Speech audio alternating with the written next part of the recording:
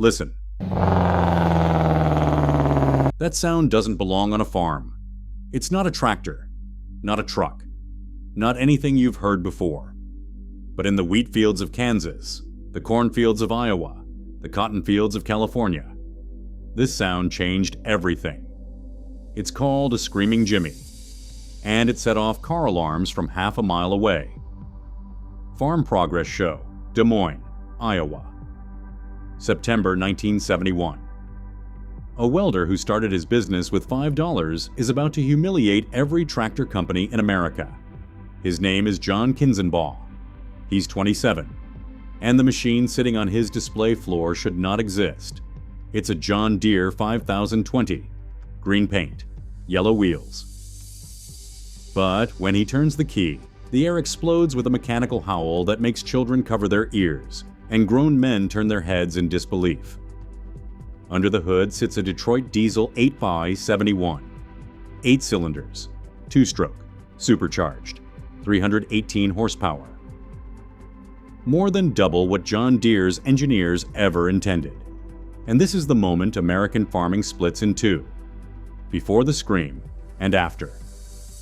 This is the story of the engine that won World War II, dominated American trucking, and then did something nobody expected. It conquered the farm. The story of the loudest legend agriculture has ever known. Detroit, Michigan. 1938. The engineers at General Motors are building something impossible. A 2-stroke diesel engine. Think about that.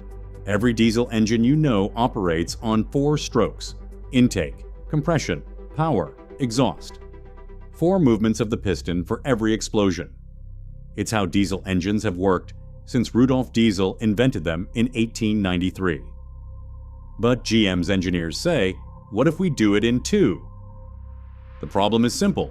If you fire every time the piston moves instead of every other time, you need twice as much air. There's no time for a normal intake stroke, so they bolt a massive supercharger to the side of the engine, a Roots-type blower that forces air through ports in the cylinder walls. The result is the Series 71. The 71 means each cylinder displaces 71 cubic inches. And it's modular. Stack the cylinders in line. 271, 471, 671. Arrange them in a V. 6V71, 8V71, 12V71. The inline 671 debuts first. 426 cubic inches. 165 horsepower. Painted alpine green. It screams when it runs because the supercharger never stops whining and the exhaust fires twice as fast as any normal diesel. Engineers are skeptical. Truckers think it sounds broken. Salesmen don't know how to pitch it. Then December 7th, 1941 happens. Pearl Harbor. And suddenly, America needs engines. Thousands of them. Engines that can storm beaches, cross deserts, and power tanks through European mud. Engines that farm boys drafted into the Army can rebuild with basic tools. The 671 becomes America's diesel workhorse. Over 57,000 engines power landing craft. The boats that hit Omaha Beach on D-Day. Detroit diesels. Sherman tanks. Detroit diesels. Soviet Valentine tanks delivered under Lend-Lease. Detroit diesels. The Russians love them so much they will copy the design and build their own versions after the war. The 71 series proves itself indestructible. Saltwater spray, freezing mud, desert sand. Mechanics learn to love its modular design. Head cracks, 4 bolts. Drop in a new cylinder head in an hour. No replacing the entire engine. By 1945, the Detroit diesel has a reputation. Unstoppable, rebuildable, and loud as hell. But the war is over. Now what? 1957. America is building the interstate highway system. Trucking companies need more power. Detroit Diesel introduces the V configuration. They take 2 banks of cylinders and arrange them in a V. The 8V71 becomes the sweet spot. 8 cylinders, 568 cubic inches, 318 horsepower at 2,100 RPM. With a turbocharger, it jumps to 385. The engine dominates American trucking. Every major highway echoes with the sound of screaming Jimmies, the nickname truckers give them. And that sound is unlike anything else. The supercharger whines at high pitch. The exhaust barks like twin machine guns firing twice as fast as any other diesel. Together they create a mechanical symphony that can be heard for miles. Drivers either love it or hate it. There's a saying among truckers, you have to slam your hand in the door before your shift, just to get in the right frame of mind. Because you're going to drive angry. The 8571 doesn't have low-end torque. You can't just mash the throttle and let it lug. You have to keep it wound up tight, between 1,800 and 2,300 RPM, constantly shifting through a 10-speed transmission. But if you can live with the noise and the temperament, it rewards you. It's nearly bulletproof. Parts are everywhere. Any Detroit diesel shop can rebuild one in a day. The engine powers everything. Trucks, buses, fire engines, generators, fishing boats, tugboats, construction equipment. By the late 1960s, the 8571 is the most recognizable diesel sound in America. Then a farmer in Iowa gets an idea. Ladora, Iowa. 1968. John Kinzenbaugh is not a tractor engineer. He's a 24-year-old welder who taught himself the trade building go-karts. When his father refused to buy him a car in high school, John bought 2 wrecked Fords and built one working vehicle from the parts. After the Army Reserves, he comes home with $5 in his pocket. He borrows money, rents a small building, and starts welding. His first job, fixing a broken loader frame for $11.20. Word spreads, John is good. Farmers bring him custom projects, wagons, loaders, fertilizer spreaders. Then a farmer walks in with a question that changes everything.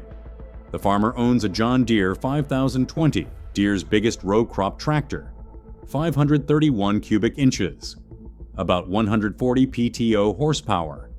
It's a beast by 1960 standards, but the farmer looks at all that steel, all that frame, all that potential, and asks, can you put a Detroit Diesel 8i71 in this tractor? John studies the problem. The 8V71 is roughly the same size as the Deere engine. It bolts to a standard SAE bell housing.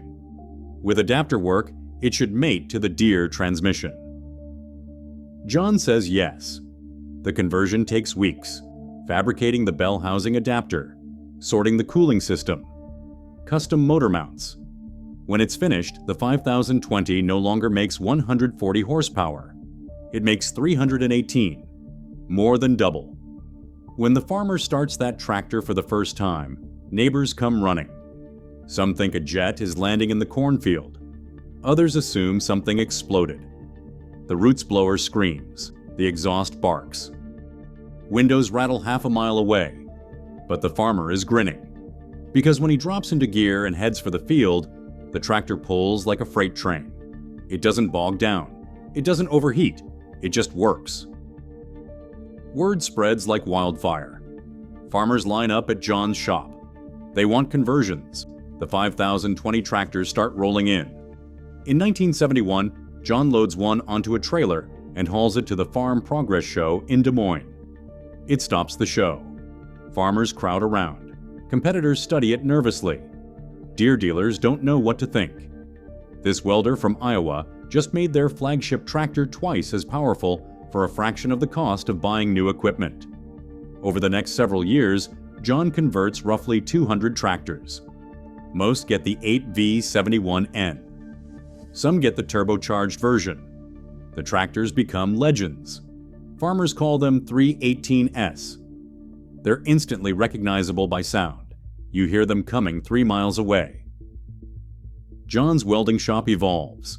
It becomes Kinza Manufacturing. Today, it's a global leader in agricultural equipment. But the Detroit conversions remain part of the legend. They prove something crucial. American farmers don't just want more power. They want equipment that works, that lasts, that can be fixed with determination and common tools.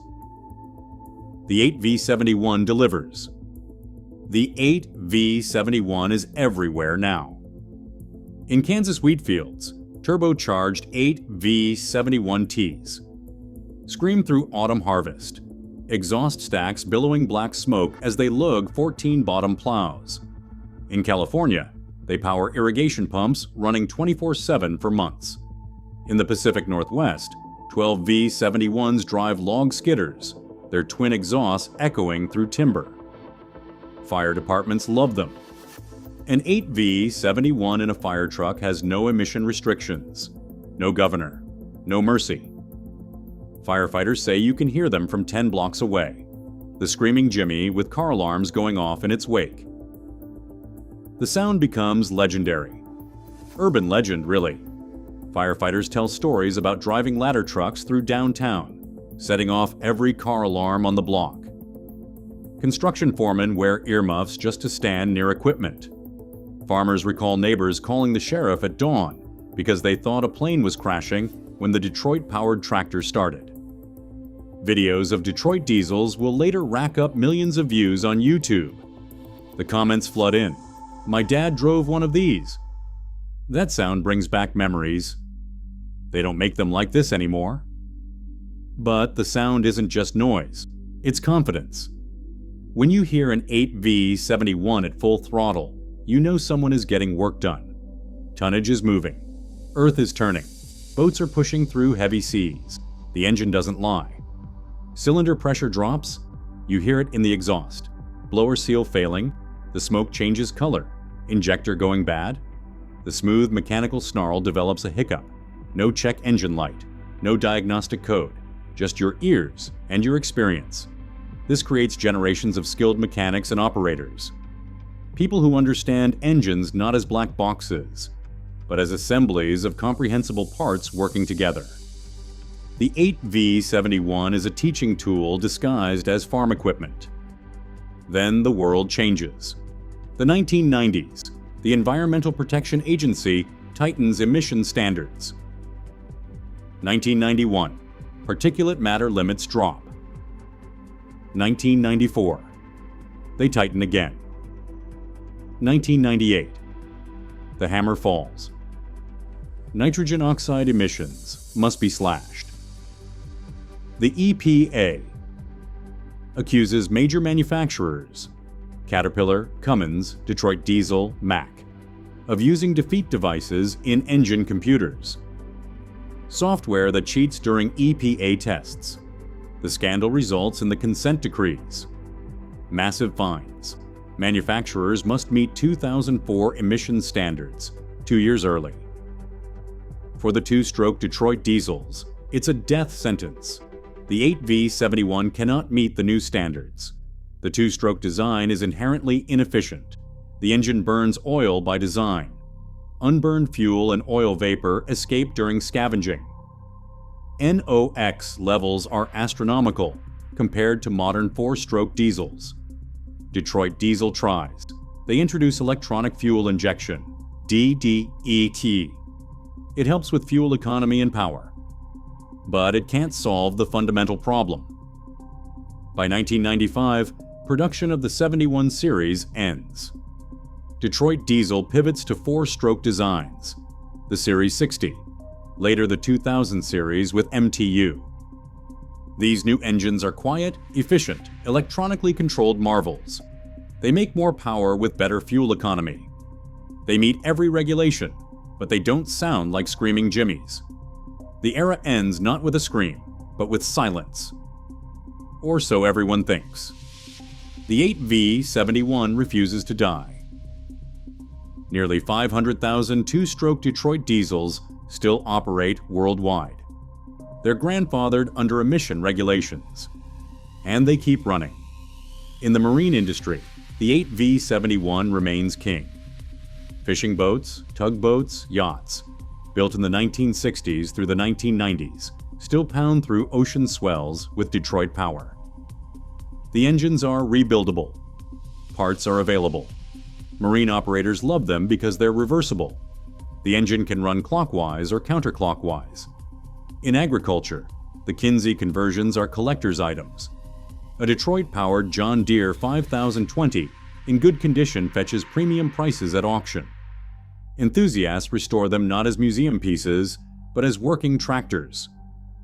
At vintage pulls and farm shows, the sound of an 8V71 at full throttle still draws crowds. There's nothing else like it. Generators are another stronghold. Remote mining operations, construction sites, emergency backup systems. Some have been running continuously for decades. Change the oil, check the blower, keep the coolant clean. They won't quit. John Kinzenbaugh is now in his 80s. Kinsey Manufacturing builds state-of-the-art equipment sold worldwide. But old-timers still remember the Detroit conversions. They remember when a welder with $5 built a business by making tractors that could shake the ground. Some of those tractors are still working, still pulling, still screaming. Modern diesels are better in every measurable way.